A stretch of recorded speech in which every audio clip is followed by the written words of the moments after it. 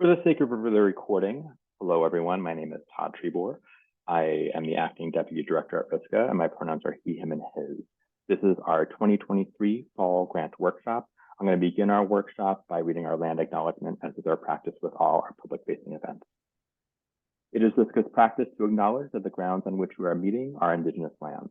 Our offices in Providence and all of Rhode Island are the ancestral homelands of the Narragansett, Nipmuc, Okanoket, and Wampanoag peoples. RISCA is a committed ally, and as artists, we honor the Indigenous people, their ancestors, the culture, and the artistic representation, past, present, and future. We recognize the continued existence and contributions of Indigenous people to our society. Again, thank you everyone for being here. If you have questions, we put them in the chat. My friend and colleague Molly will be monitoring that chat throughout this workshop. We're going to go through an overview of our grant making and then give you all some grant funding tips as well.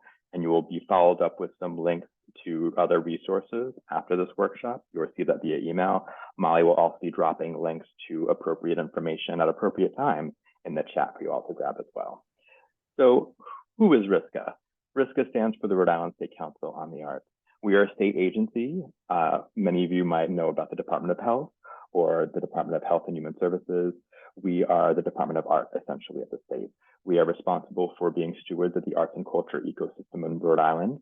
One of the main ways in which many of you interface with us is in the grants that we provide.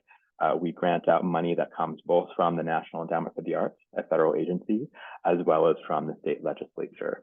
We also provide technical assistance and staff support to arts and culture organizations, artists, schools, community organizations, social service organizations, and local governments. We are thought partners and allies in the great work of arts and culture in the state of Rhode Island as well. Next slide, please. Just remind you all, please put yourselves on mute too, if you can, just for the sake of recording each other. So these are the program areas in which RISCA awards grants. We award grants to organizations, either 501c3 nonprofits or organizations that are not 501c3 nonprofits but have a 501c3 nonprofit as their fiscal sponsor. It could be an arts and culture organization, a social service organization, any kind of organization doing arts and culture programming. We also offer grants to artists, those working in the arts education field, folk and traditional arts, and healthcare. In our granting programs, important to remember, and maybe obvious to you, but something worth stating, that art and culture is at the center of all the grants all the programs that we support through our granting programs. We are an arts funder, and it is our mandate and responsibility to fund arts projects and programs. Next slide, please. So the grants we have open now for our September 15th deadline, a special deadline this fall for just our folk arts programs, our folk arts apprenticeship and folk arts fellowship, which my colleague Elena will speak about later. And then programs that we have open with a deadline of October 2nd are our project grants for organizations, our project grants in education, our Make Art grants for artists, and our community engaged project grants for artists as well. Next slide, please. So we always have 2 deadlines a year. Not all of our grant programs occur at every deadline each year, but many of them do. So our deadlines are always April 1st and October 1st in a year, unless the first happens to fall on a weekend day, which in 2023, that was the case. So this year, our April 1st deadline was actually April 3rd, but our April deadline always funds projects occurring between July 1st of that year, in this case, July 1st of 2023, until June 30th of the following year, in this case, June 30th of 2024. The September 15th for folk arts or October 2nd deadline for our other grant programs this cycle is going to fund project and work occurring between January 1st of 2024 and June 30th of 2024. Because we grant out public money, a final report is required for any program for which you receive a grant. The final report will be due a month after the beginning of the state's next fiscal year. In this case, that is July 31st of 2024. Next slide, please. This is our lovely program staff. So I'm going to introduce everyone myself, and then they'll also introduce themselves when they speak later on in this presentation. After I introduce everyone on this slide, I'm going to have my colleague Faye Zuckerman introduce herself before she departs from us and just lets us know a little bit about what she does at RISCA. So again, I'm Todd Trebor, pronouns are he, him, and his. I am the acting deputy director at Rhode Island State Council on the Arts. I manage our project grants for organizations program, as well as our general operating support for organizations program. Molly Flanagan is the director of artist programs. He manages our community engaged project grants, our Make Art grant, our general operating support for artists, and our Artist Open Studio tour program. Elena Calderon Patino is our director of arts and cultural sustainability. He manages our folk arts and folk arts fellowship, folk arts apprenticeship and folk art fellowship programs, the Rhode Island Expansion Arts Program, and the State Atrium Gallery. Maggie Anderson is our director of arts and education. He manages our project grants in education, our teaching artist roster, and the Big Yellow School Bus grant. Our colleague Nisa Roof, who is not here today because she's on a very well-deserved, well-earned vacation, is the grants program manager, as well as the arts and health manager. He manages our project grants in healthcare and our arts, health, artist, and residence program. The project grants in healthcare, you might have noticed, is not a program that has a deadline at this cycle. Its deadline is in April. Faye, do you want to introduce yourself? Sure. I'm Faye Zuckerman. I'm the Director of Engagement and Communications. So I take charge of the promotion and media and marketing for RISCA. It's a thrill to see all of you here today. So thank you for taking the time to take part in this workshop.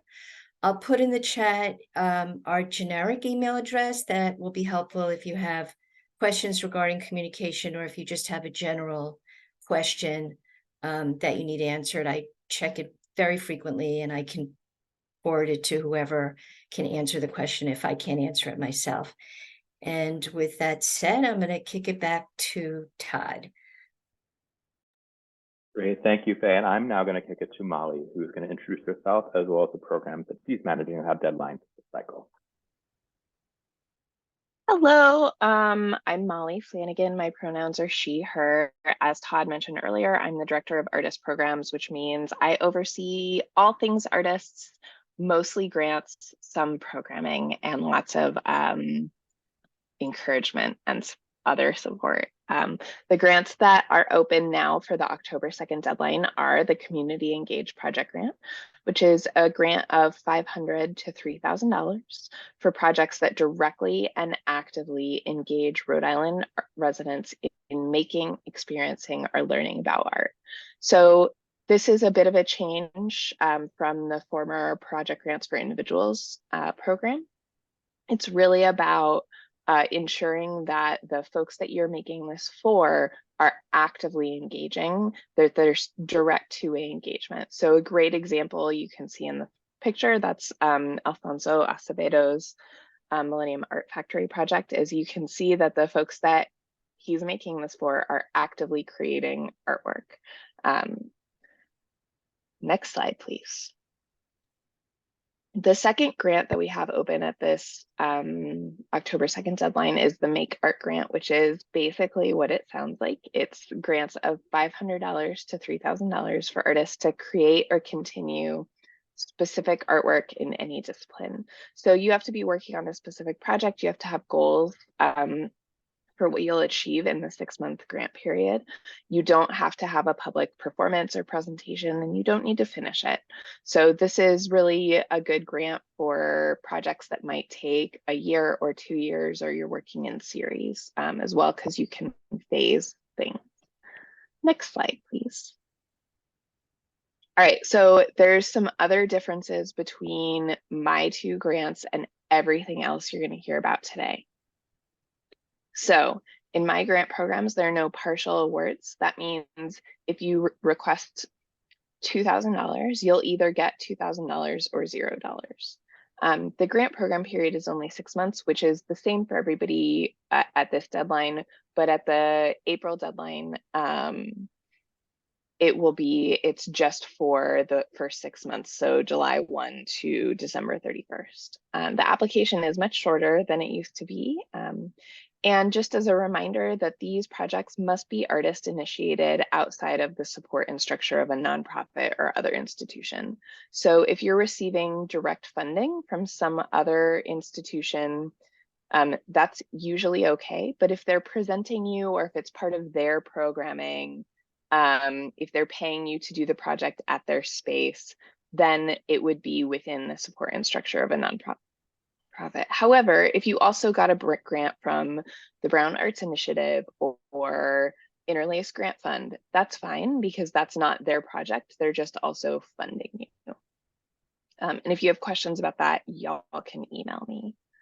And I think that's it for me for now. Next slide. Yeah. I'll turn it over to Elaine.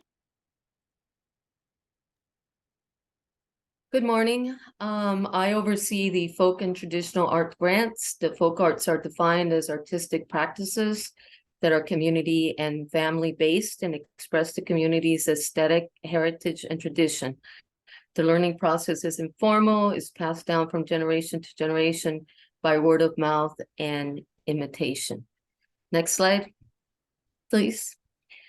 We have 2 grants, the Folk Art Apprenticeships, which are designed to foster the sharing of traditional folk skills between a master mentor / master mentor and apprentice. Grants are up to $7,000, and last year they were $3,000. So the grants amounts have gone up. We're really excited about that, and we hope people apply. The next one is the Folk Art Fellowship. It provides support to individual artists who demonstrate the highest level of skill and accomplishments in their craft. There are 2 awards, one of $7,000 and one for $3,000, and these also have gone up. The $7,000 was $5,000 last year, and the $3,000 was $1,000. So that is amazing, and we really want everyone to apply. The deadline this year is September 15th, like Todd mentioned. So next slide. Go back, Todd, please. Go back to, yes. So the first thing that needs to happen is to contact me. Everything's on the website, the application, the guidelines, the rubric, but one of the requirements is that you have to contact me first. I'm available, just shoot me an email. We'll figure out a time to meet. I'm also doing RISCA on the road. That's all on the website as well. So I'll be at the Tomaquag this Friday. And there's a whole list of opportunities where you can either meet me in person, meet me online, or via Zoom. Next slide, I'll kick it back to Todd. Thank you, Elena. So those were our grants that individuals can apply for. We're now going to start talking about the grants that organizations can apply for. So one thing for those of you who might be considering applying for an organizational grant at RISCA at this deadline, it's a requirement for getting a SAM-UEI. A SAM-UEI stands for the Federal System of Awards Management Unique Entity Identifier. For those of you who have worked at organizations and done this before, this replaces something called the DUNS. What you need to know is this is just a very specific number that the federal government requires that an organization register for in order for them to receive federal funds. If you don't have a SAM-UEI and you want to apply for one of the organizational grants coming up and you are a nonprofit organization, you're going to want to go to the sam.gov website and initiate the request process as soon as you can. It can take a couple days, it can take longer. So that's why we're just emphasizing, do it soon. If you're working with a fiscal sponsor, I'll talk more about that in a moment. This is a process that they will have to do, and it might be something they've already done as well. If you don't have a SAM-UEI when you want to submit an application at the October 2nd deadline this cycle, that's okay. What you should do is email the program director associated with the grant program you're applying for, one of these smiling faces you see here today, and we will let you know what to do in order to submit the application. You're still going to need a SAM-UEI number before the panel meets to discuss applications, but the program director will let you know what that deadline is, and we'll talk more about the panel decision-making process later on in this workshop. Next slide, please. So our first grant, organizational-wise, that we're going to talk about is our project grant for organizations. You can think of this as the sibling to the community engaged project grant for individuals. These grants do provide partial awards, very common in this program. These grants are for up to $3,000 for publicly engaged arts and cultural programs that contribute to the vitality of our communities, the economy of our state, the arts education of Rhode Islanders, etc. This program is very broad in terms of what it funds. It funds festivals, it funds other kind of big celebratory events, funds theater productions, musical productions. It also funds smaller programs, things that might be more intimate in nature, art classes, et cetera, et cetera. So it's about the relevancy of the program to the community that it's being presented to, and hopefully with and for. Next slide, please. This program has deadlines every cycle. So either April 1st or in this case, October 2nd. As mentioned, you have to be a nonprofit to apply, a 501c3 nonprofit or a fiscally sponsored organization, meaning you are not a nonprofit 501c3, but you have a nonprofit partner. I'm going to talk more about that on the next slide. For those of you who might have been familiar with this program in the past, it used to be called the Arts Access Grant Program and had a cash match requirement. Does not have that anymore. If you don't know what I'm talking about when I say that, just don't even worry about it. So no cash match requirement there. Next slide, please. All right, so the fiscal sponsorship piece. Let's say you're with an organization, but you're not a federally recognized 501c3 nonprofit. You can still apply for a organizational grant at RISCA. You'll just need a 501c3 nonprofit as your fiscal sponsor. What it means for an organization to be your fiscal sponsor is they're basically a partner and a buddy in you submitting the grant application. They provide you with their SAM-UEI number and other kind of important legal information that allows you to submit the application. And then they are the entity which receives the grant check for your project should you receive an award. And then they can pass that money on to you, and there will be a conversation you will have with them about that. We made this change at the agency. So with this cycle, let me just say this first. In this cycle, this applies to our project grants for organizations and our project grants in education for those that are organizations applying for that grant program.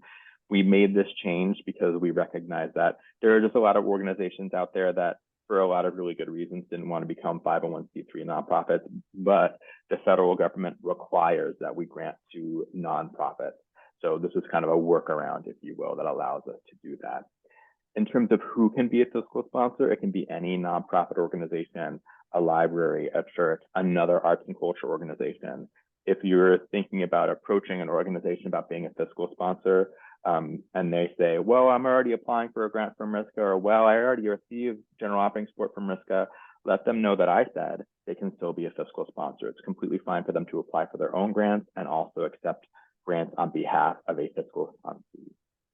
Next slide, please. I might be kicking this to Maggie. We'll see. Yes, I am. Without further ado, my colleague Maggie Anderson will talk about project grants and education.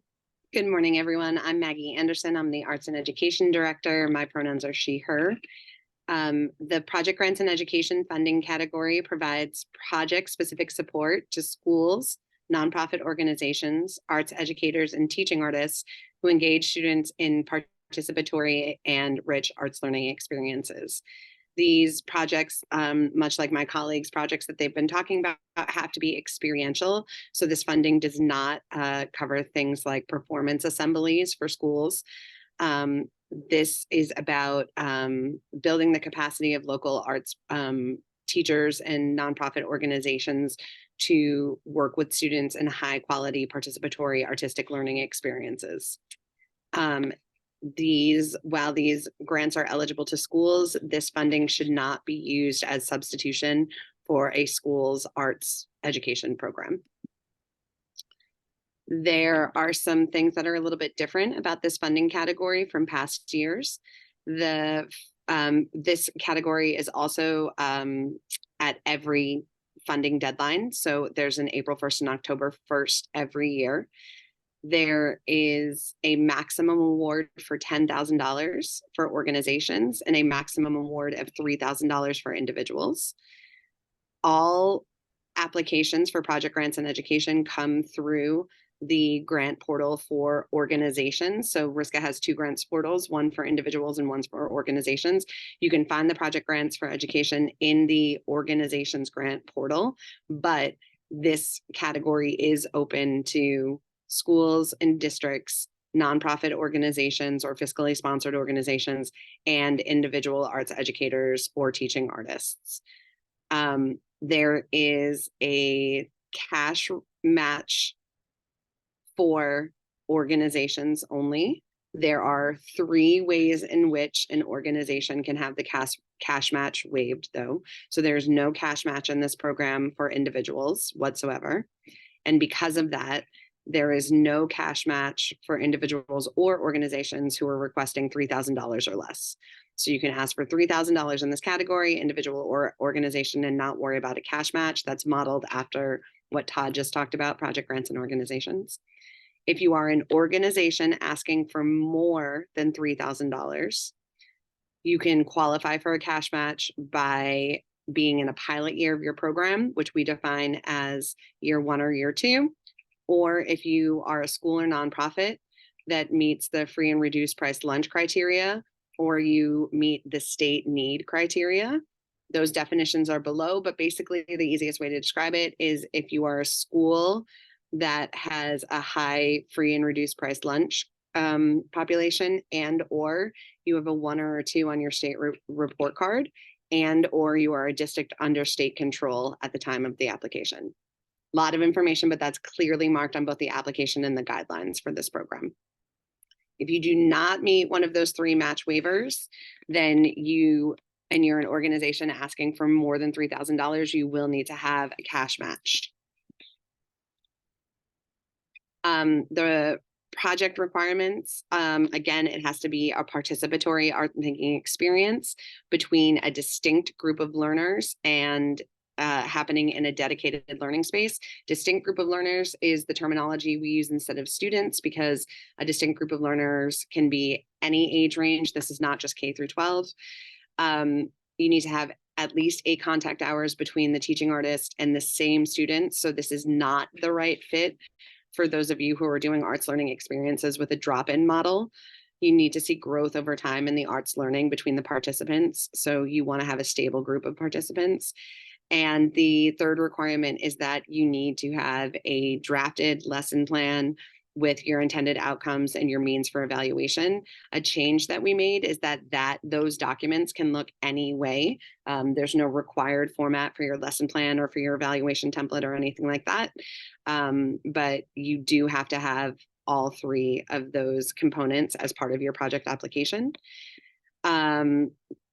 A lot of information here. The other thing I would just point out is that if you are applying as an individual, it is now a requirement that you have a letter of commitment or support from a partnering school. That's very important. So if you are an individual, you need to be working with a K through 12, or I'm sorry, you need to be working with a formal education organization. So this is not the right grant category for an individual artist who's doing arts learning, but doing it with like a library. This isn't the right category for you. There are some other grant programs that we have. Again, the deadline might not be at this cycle, but it's just important for you guys to know everything that RISCA funds. So we have a Big Yellow School Bus program, which is transportation support for virtual and in-person field trips for students in arts and culture. We have the Artist Open Studio Tour. We have a general operating support for artists with a with a July deadline, typically. We have general operating support for organizations. We have an Arts and Health Artist in Residence program. We also have an Arts and Health grant at the April deadline. And we have a really incredible program called the Rhode Island Expansion Arts Program, which is general operating support over 3 years for culturally specific organizations. So now I'm going to talk a little bit about the application process. The first thing that we recommend is to read the grant guidelines. You will not only find them on our website as part of the follow-up materials to this Zoom conversation, but even in the application itself. Each application has a link at the very top back to the guidelines. We emphasize that you read this as often as you can because everything you need to know is in those documents. We want you to talk to the staff member responsible for your granting category. We don't have any input in the funding decisions. It is our job as RISCA staff members to help the applicants, and we love to do that. So make sure you're making time with each of us as you begin to apply. You or your organization will have to create a profile on Foundin, which is the online grants portal we use. You're going to write the application and gather your support materials. You're going to make sure to hit the submit button before the deadline, and then you're going to wait to hear more from us. So that's the process. The review process is what happens after you hit submit. We review all of the applications for eligibility and completeness. Again, if you've read those guidelines and worked with us while applying, you should know that you're all set. Panelists will review your applications, and the panels that we assemble to do all the grants review are the individuals who make the funding recommendations. The RISCA staff is present during that process, but only to compile notes, which we write up and then we submit to our governing council. They review all of the funding recommendations and they ultimately decide what is approved. And then we will tell you, we will get that approval from our council, and we will upload all of the panel comments into the online portal and we'll notify you. There's a secret step between 5 and 6 here. If you are approved, there are some things that you need to do on your end to be set up as a vendor with the state of Rhode Island. But once that happens, we will mail you a check. You do your project, and then you report back to us by July 31st. After you're awarded the grant, you're going to make sure that you're reading and following all the instructions that you get in your award email. That's about becoming a vendor for the Rhode Island state system. You fill out your grant agreement and you register with something called Ocean State Procures. Your program director and the RISCA grants management team are going to be available to you throughout this entire process. Quite often, there's partial funding awarded, right? We would love to be able to fund everyone's project completely, but we do have a limited grants budget. So quite often you will receive a partial grant. You're going to want to feel free to reach out to the program director if you have to change, if anything about your project has to change because of the amount of funding you've been awarded. There's no problem with that. We understand that, and it happens more often than you would think. We want to know when your project gets off the ground and when it's happening. We encourage you to reach out to us. We may promote it, but it's important to remember to put the RISCA logo on everything that you're doing as well. And so we want to know what's happening. Sometimes we attend when we can. We love being a part of it. And then always ask us questions throughout any point in the process. If you didn't get the grant, you're still going to hear from your program director. You're still going to receive feedback from the panel room. You'll get those comments. We start having meetings about the next grant deadline as soon as grants open, which is at least 2 months before the deadline. But please, please, please feel free to reach out, even if you didn't get the grant. As I mentioned with partial funding, this is going to vary by program, but it's very common, especially for organizations. If you are partially funded, you should envision a way in which you can scale your program back. If that can't happen, it is perfectly fine for you to decline the grant. Nothing bad or punitive happens. You're still eligible at the next cycle. And it's important to know that anybody who was a panelist for your grant this time around isn't going to be a panelist the next time around. So there'll be no knowledge that you were a past recipient who was awarded funding and had to return their grant. And again, nothing punitive happens. It doesn't reflect poorly. We totally understand. Partial funding is the way that RISCA can ensure that we're funding projects throughout the state, despite our limited budget. I think I'm turning it over to a colleague at this point. Is that true? Or am I wrong?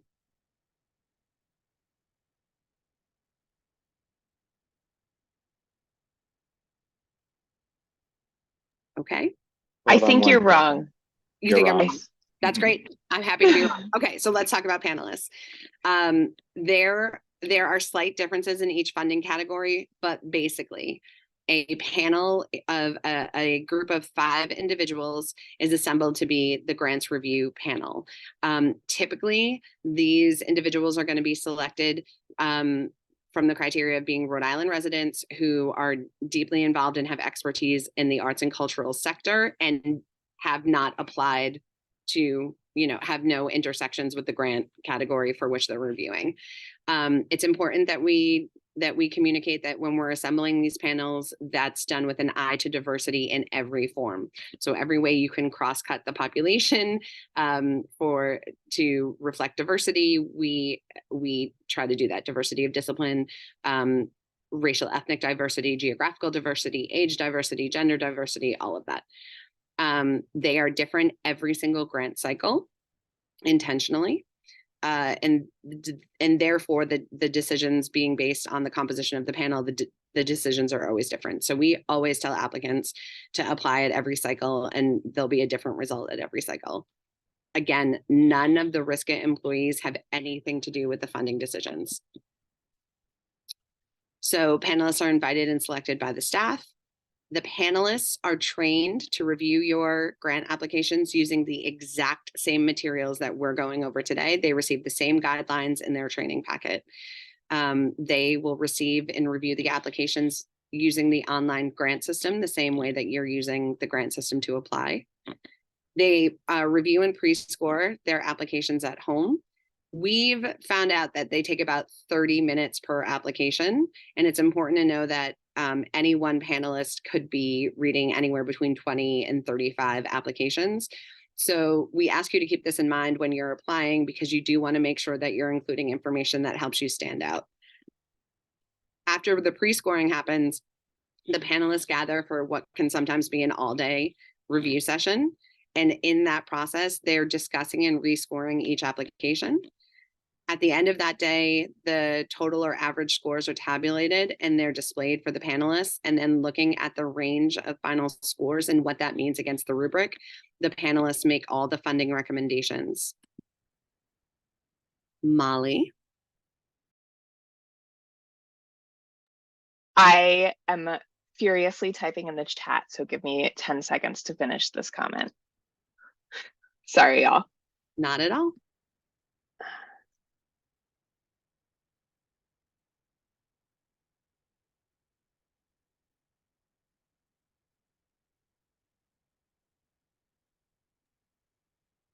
And while Molly's typing, you can all take in this slide, which is very Molly in tone.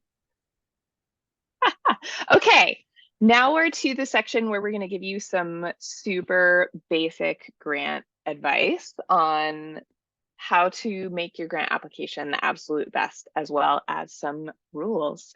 The biggest one is, what if I'm late submitting my application?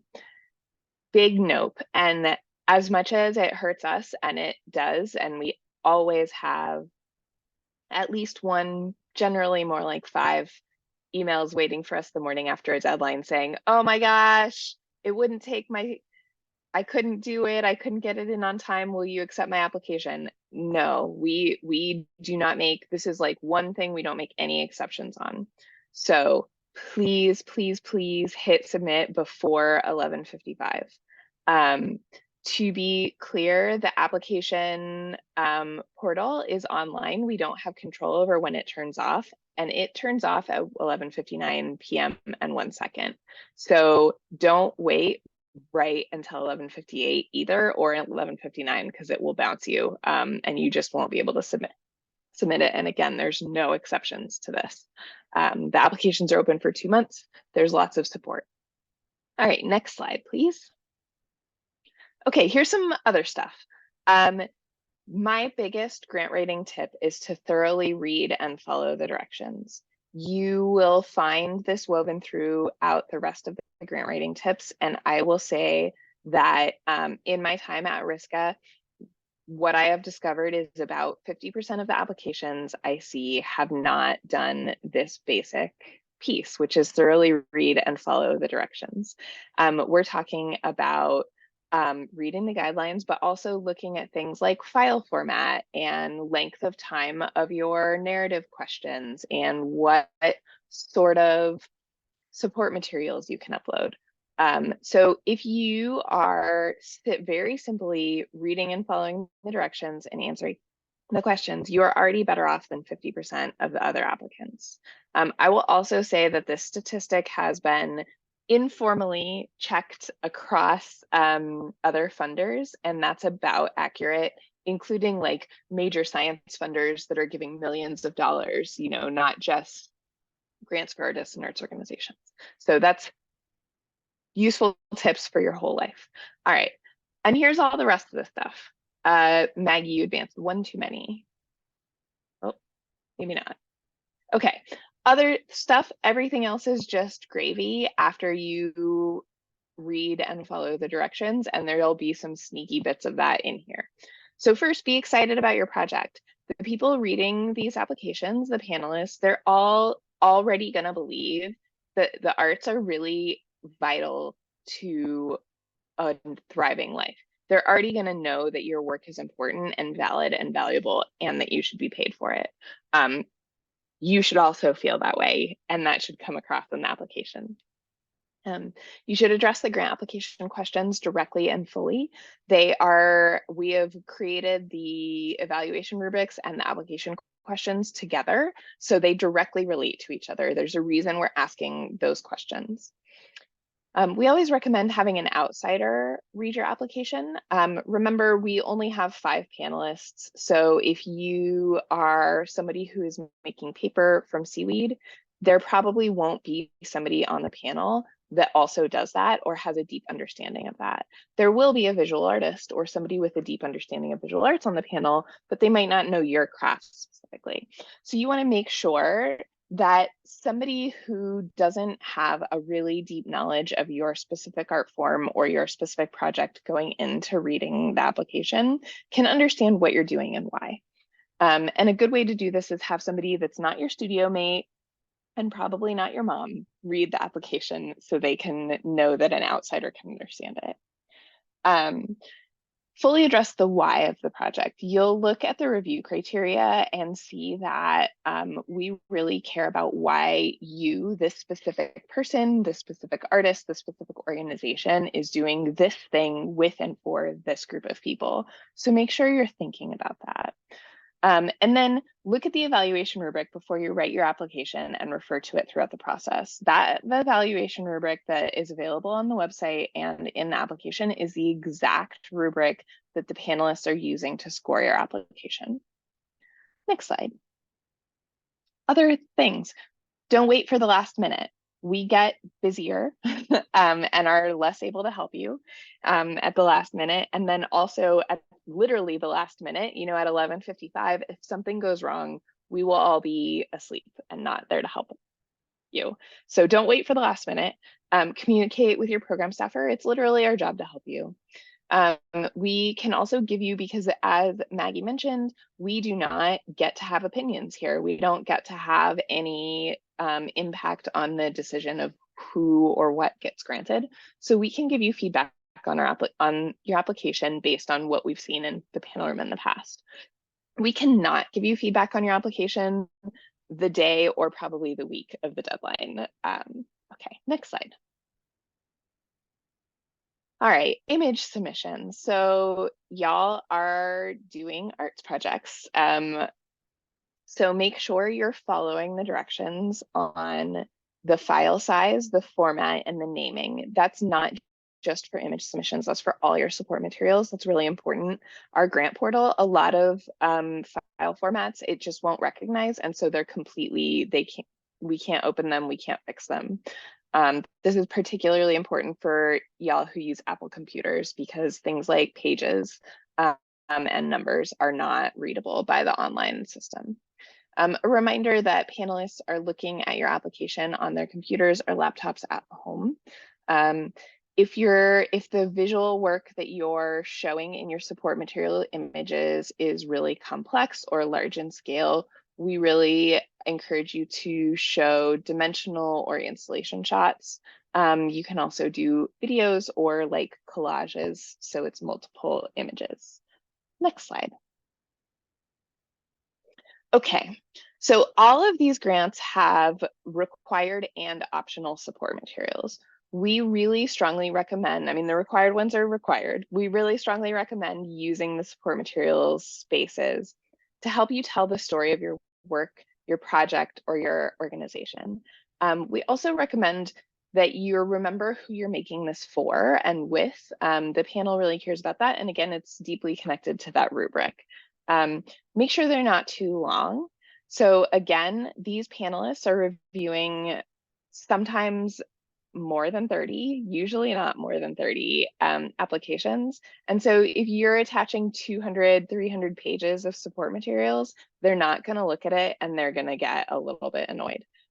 So make sure you're keeping in mind the panelists' time and that they want to be able to see what you're doing and why, and have it related back to the review criteria, but still be able to look at it in 30 to 45 minutes. Next slide. So here are some examples of support materials that are really strong. Resumes and CVs of the artists or arts administrators or teaching artists that are affiliated with the project. Images of video of artwork. This could also be things that we see that are really strong are images or video of, particularly when you're looking at project grants for organizations, project grants in education, and CEPG, of the leader interacting with the students or the folks who are making art with those people. So seeing those interactions is great. We love to see letters of support. That can be from a former participant in the program, that can be from an affiliated artist, that can be from a former attendee, anything like that, just saying why this program is important to their lives. It can be a parent or a caregiver of somebody who's attended a program for youth. Press reviews or newspaper articles of past projects, marketing collateral of past projects, list of quotes that you've received, if you have those gathered, of good, positive things folks have said about your programming. And then a whole bunch of other things. We love to see artwork in there is really important. Okay, next slide. All right, I'm gonna toss it over to Todd. Hello, make sure you all can see me before. Yes, you can, great. So a really quick note on artistic merit. The National Endowment for the Arts requires an evaluation of artistic excellence and merit by all grantees and subgrantees of federal funds and federal matching funds. That's a bunch of wonky wonk there, but we define artistic merit differently depending on what a grant program is. So in some cases, we define artistic merit and excellence as being artistic vibrancy and intention. And in some programs, we define it differently. So a few examples here are the Make Art Grant, the Community Engaged Project Grant, and the Project Grant for Organizations. In lieu of artistic merit, or as our own definition of artistic merit, we define artistic vibrancy and intention. You can see that within the evaluation criteria for the programs. Another example is project grants in education. Artistic merit is defined as a measurement of high quality arts learning, not a qualitative measurement of the professional history of the artist and of the artistic discipline attached to the project. This is because we use community working groups for many of our grant programs when we had them redefined and judged in the past few years. And many of them wanted to move away from artistic merit and excellence and have just a different definition for that in terms of what that means in those given grant programs. Right? Next slide, please. So you cannot see. Oh, yes, you can. This is a video we just wanted to highlight for you all. Many people understandably have questions about how one puts together a budget. Typically for a project, many of our project grant programs require a budget. So RISCA a few years ago hired Jory Ketton to produce this video on how to make a RISCA project budget. This can be found on our YouTube channel. It will also be in an email that will be a follow-up email to this workshop, again, that you will receive later today or tomorrow. As is noted there, the budget template may vary by program, but just know that the concepts there are relevant for any kind of budget putting together you're going to do with the project. Next slide, please. So if you need more help, again, you're going to get this email I just keep on telling you about later today or tomorrow that will list grant workshops we have that are coming up that are program specific. We do some workshops that are application walkthroughs, where we actually walk through the application for a given grant program and explain how best to answer those questions and can answer any more specific questions you have about grant programs then. We also have drop-in office hours for all our programs on the business day before the deadline and the deadline day itself. There will be a RISCA staff person peopling a Zoom room from about 10 a.m. to 4 p.m. on those days with any last minute questions that you have. That's going to be the best way last minute to get answers to your questions, because as you can imagine, it's the wild, wild west those last 2 days for us. And that's a way to ensure that we provide space for you all to ask us questions. Many of us will have the opportunities for one-on-one meetings for those of us who are offering that space and have Calendly links or different kind of links that you can access in order to schedule those meetings. We'll include those in the follow-up email as well. Oops, and I'm sorry, I mentioned last minute drop-in office hours when I talk about drop-in office hours in general. There are a few programs that are going to be having their own drop-in office hours besides those last 2 days before the grant deadline throughout September as well. And lastly, you will receive links to join our Facebook groups, Arts Administrators of Rhode Island and Artists and Creatives of Rhode Island. These are peer support groups, are intended that way, but there are also spaces where we can readily share as staff information about our grant deadlines, grant workshops, et cetera, or any other opportunities that we hear that come up. We also post job opportunities there, artist calls, including public art calls, and those Facebook groups as well. With limited staff and limited capacity, it's just an easy way to communicate with everyone. So if you're on Facebook at all, great thing to join to get those updates. And you can also use it as a space to ask your own questions. So we are at the end of the workshop proper. I'm going to stop the recording now, and we will have space for general questions. Don't get into your specific project or whatever. That might be a bit too much. If you're kind of unsure, me having said that, ask the question. We might tell you, you know what, email us about that one. I know there might be some questions in the chat that Molly did not have a chance to answer as well. So I'm going to turn off the record. Great. I'm going to turn off the recording and we will have at it. If you don't have a question, you want to bounce, that is totally fine as well. Thank you for coming.